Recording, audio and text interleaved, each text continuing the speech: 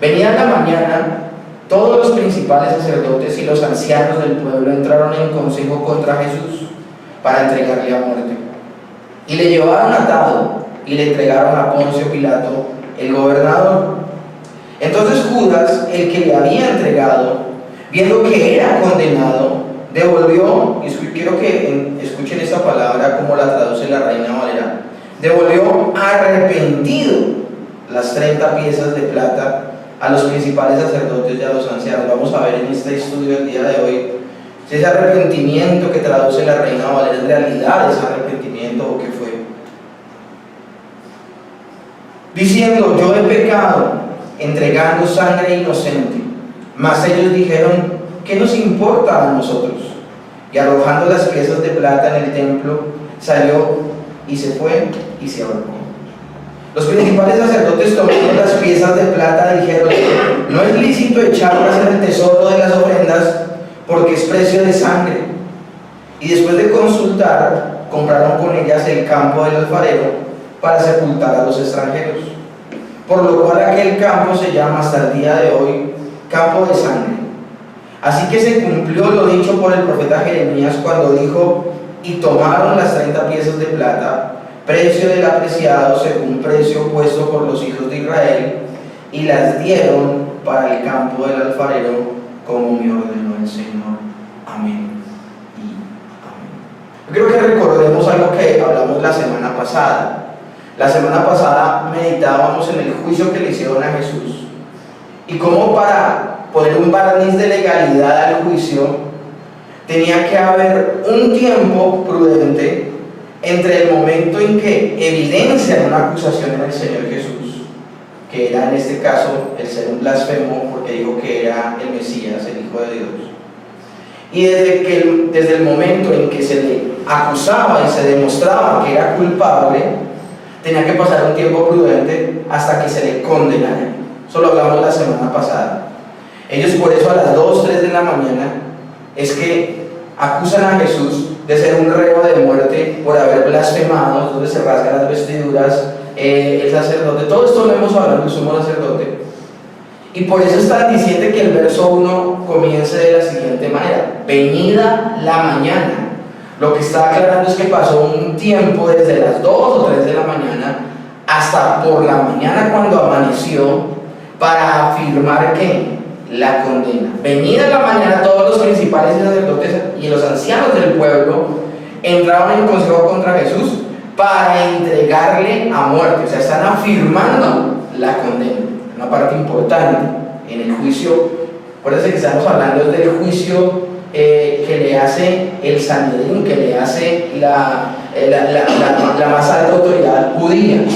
Ahora, ese juicio tendrá que ser afirmado ¿por quién? Por Pilato. Por eso dice el verso 2: y le llevaron atado y le entregaron a Poncio Pilato, el gobernador. Desde aproximadamente las 3 de la madrugada hasta el amanecer, Jesús debe haber estado preso en algún lugar del palacio de Caifás. Luego, temprano en la mañana, se convoca al Sanedrín una vez más. Pueden haber bastado en este caso ya solo unos pocos minutos. Era culpable de blasfemia y digno de muerte. Eso ya había sido acordado además. Jesús debe ser enviado entonces hasta Poncio Pilatos, ante las autoridades que van a poder afirmar esta condena. Jesús debe ser entonces enviado cuanto antes ante Pilato, antes que las multitudes sepan lo que está sucediendo. Así que muy rápidamente Jesús es sentenciado a muerte en la mañana. Ahora, Jesús tenía que ser conducido ante Poncio Pilato porque el Sanedrín no tenía el derecho, sin la aprobación romana, de ejecutar la pena capital. Otras penas sí, pero la pena capital no podían llevarla a cabo sin la aprobación de Roma. Juan 18:31 dice: entonces les dijo Pilato: tomadle vosotros y juzgadle según vuestra ley. Y los judíos dijeron: a nosotros no nos está permitido dar muerte a nadie.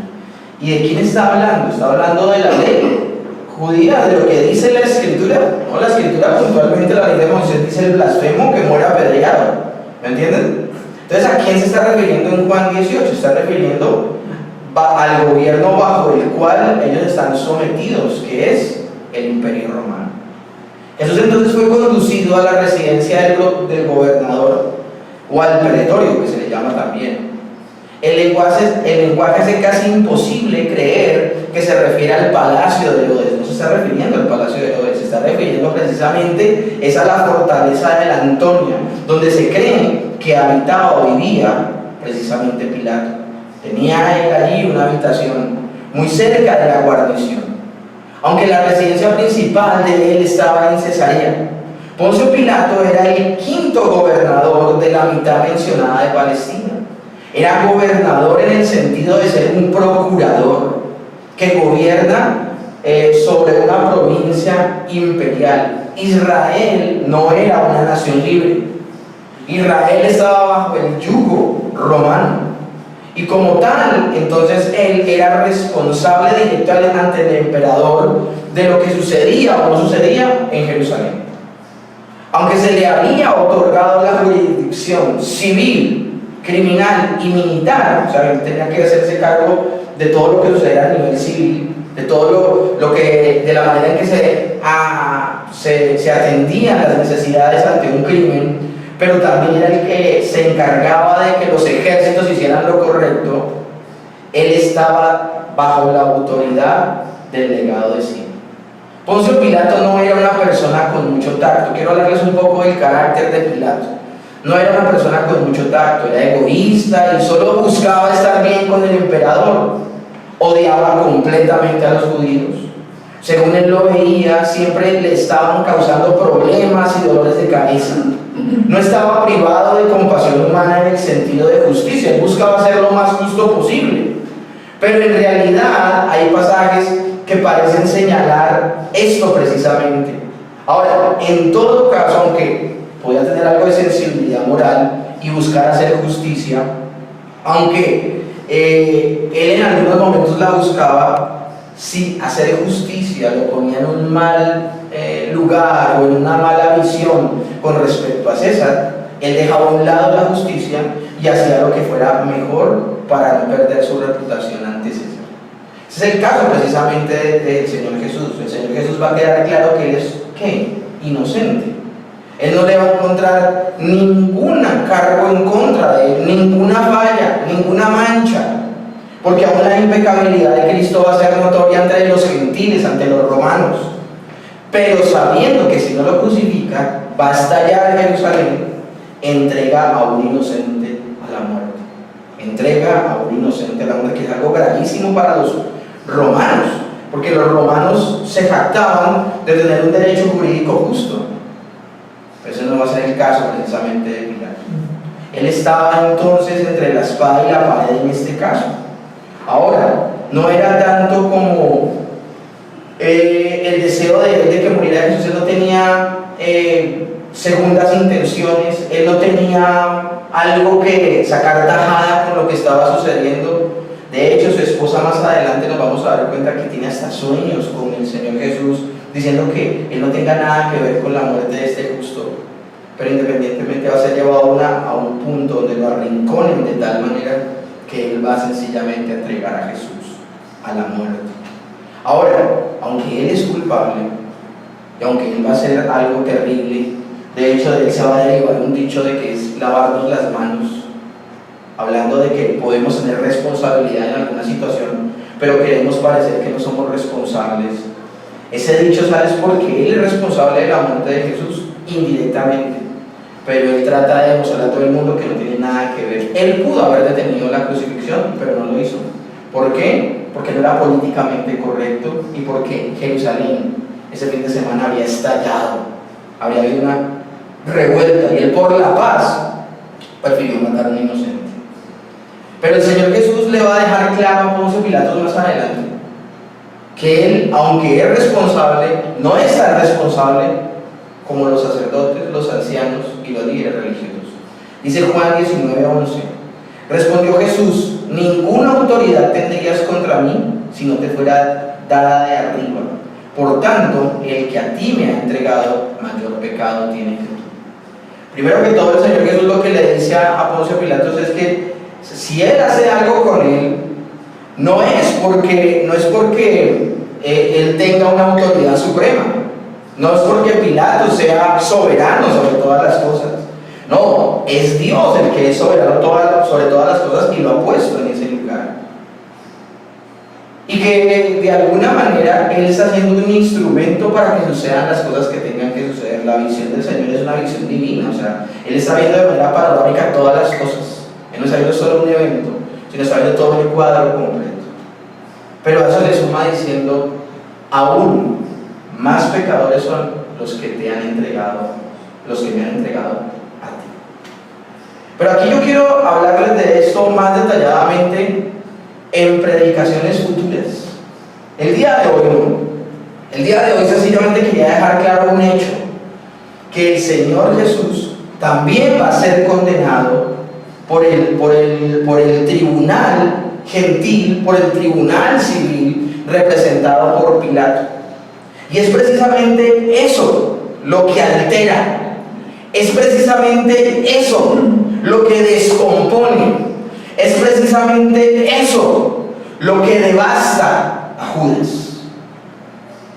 A veces nosotros tenemos muchos conceptos preconcebidos de algunos personajes de la Escritura, y a veces son más las cosas que nosotros decimos creer porque hemos escuchado de una persona y de otra acerca de personajes y no nos hemos armado una idea clara de los personajes que nos nombra la Escritura porque lo hayamos leído de la Biblia, sino porque nos lo han contado.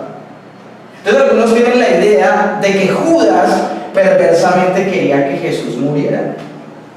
Lo que hizo Judas estuvo terrible, claro que fue un acto perverso, pero si él buscaba la muerte del Señor Jesús al entregarlo, ¿por qué él enterarse de que él va a ser entregado a la muerte lo descompone tanto?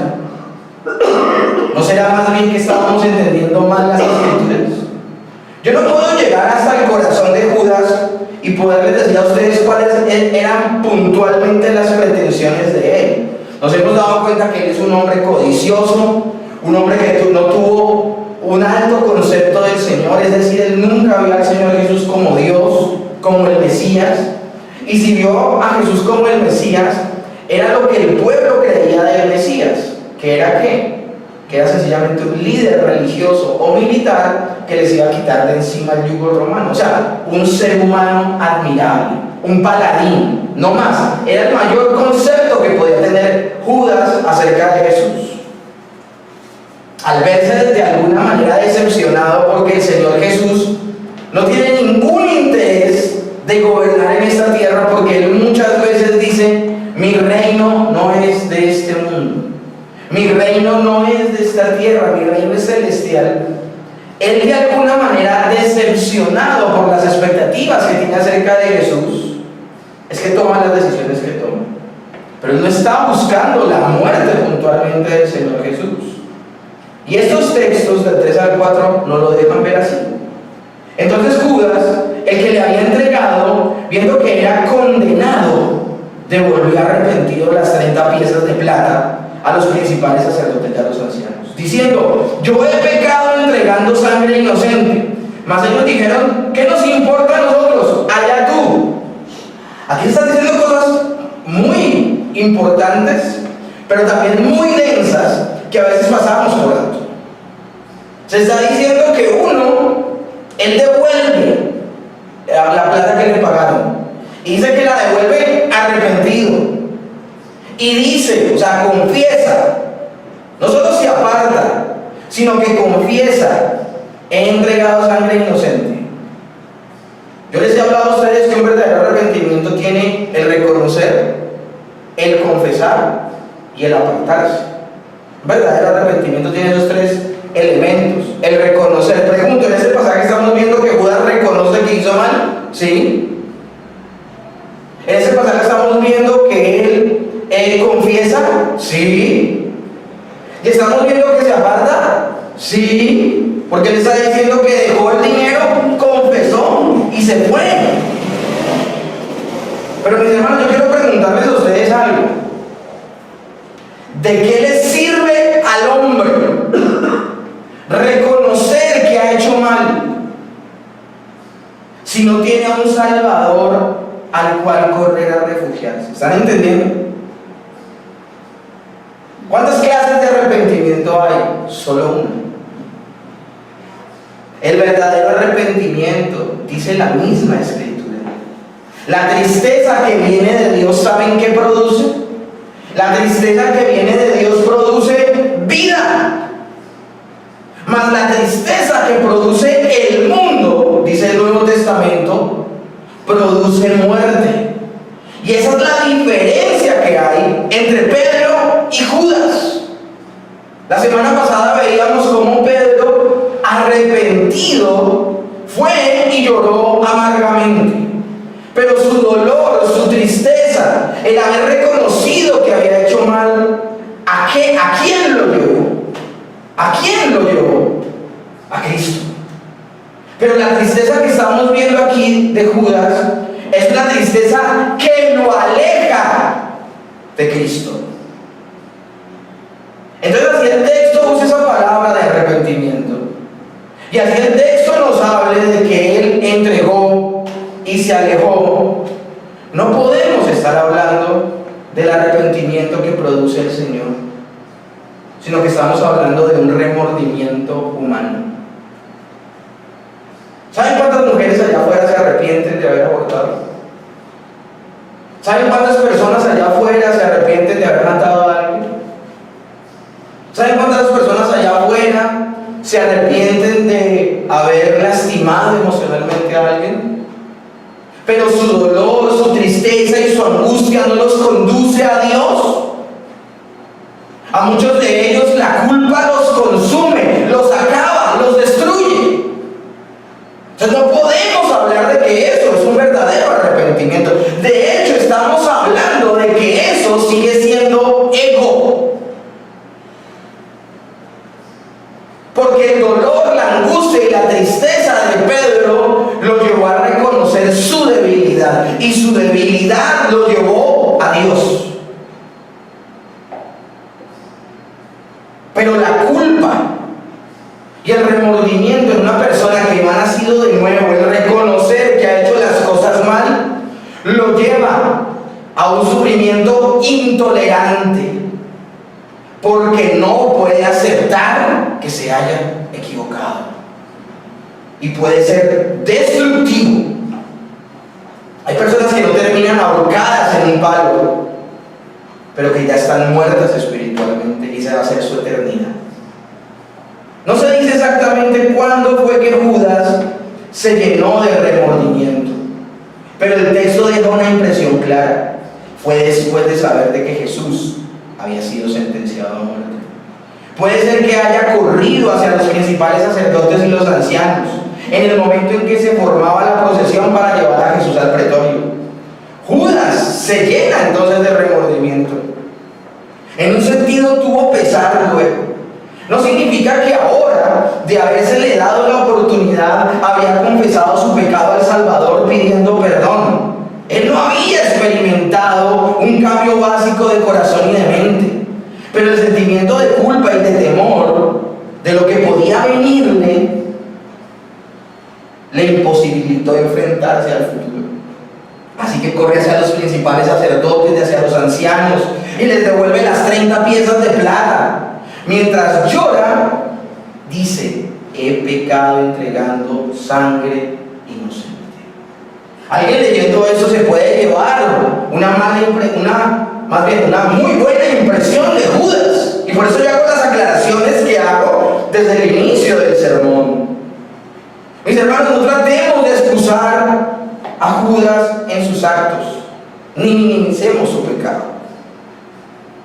Hasta personas se han levantado diciendo que Judas es una víctima de las circunstancias. Por ahí algunos que descubrieron un evangelio de Judas donde dice que el Señor Jesús fue el que le incitó a hacer todo lo que hizo, y que el mayor discípulo fiel del Señor Jesús es Judas por haber hecho lo que maquiavélicamente Jesús planeó, desdibujando completamente y mostrándonos como un monstruo al Señor Jesucristo. Libro que se ha demostrado que es un libro apócrifo. Libro que se ha demostrado que no fue escrito por Judas. porque las pruebas que han hecho es que se escribió mucho tiempo después del primer siglo. Entonces, mis hermanos, el día de hoy no vamos a hablar de fábulas, ni de cuentos de ultratumba, ni de leyendas urbanas. Vamos a hablar de lo que dice la bendita e inerrante palabra de Dios. Cuando leímos Mateo capítulo 11, lo estudiábamos, hablábamos de que la sabiduría es justificada por sus hijos. Y todo el que escuche tiene la libertad de creer en lo que crea, en lo que quiera. Y si hay personas que quieren apoyar su fe en un libro apócrifo, que no le llegan a los tobillos a la escritura inerrante, esa persona tiene la libertad. Pero eso causará un impacto en su vida y hará que tenga un concepto del Señor Jesús. Y ese concepto del Señor Jesús es lo que lo va a llevar a la vida eterna o a la condenación eterna. Yo personalmente prefiero depositar mi fe en lo que dice la bendita palabra